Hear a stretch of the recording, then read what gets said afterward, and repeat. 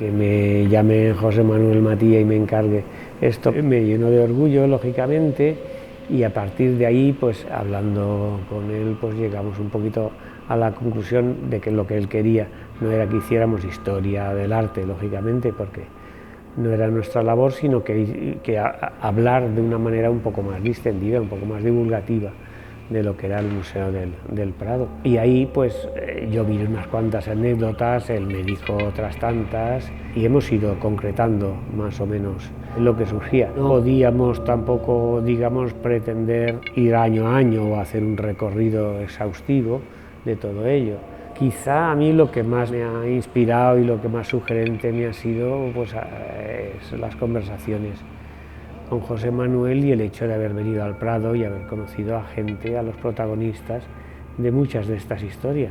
Meterte dentro del Prado, el estar en el taller de restauración, el conocer a personas que realmente son los que mantienen vivo esta gran institución, es lo que más sugerencias me daba. Yo de hecho buscaba esto.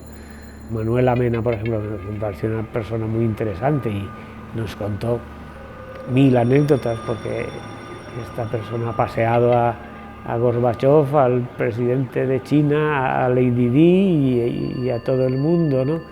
Entonces, claro, era un poco decir, caramba, podíamos hacer casi un libro entero solamente de visitas al Museo del Prado con Manuel Amena, ¿no? Era toda anécdota.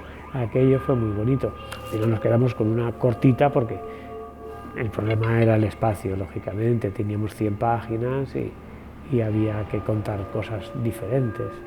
Que en general ha sido en ese sentido un trabajo de investigación agradable, ¿no? Ha estado muy bien en internet y buscando y encontrando y contrastando después las que no encontrábamos, pues ya se las pedíamos a José Manuel para que nos buscara la puerta del sitio donde vendían, el kiosco del Prado donde vendían las postales.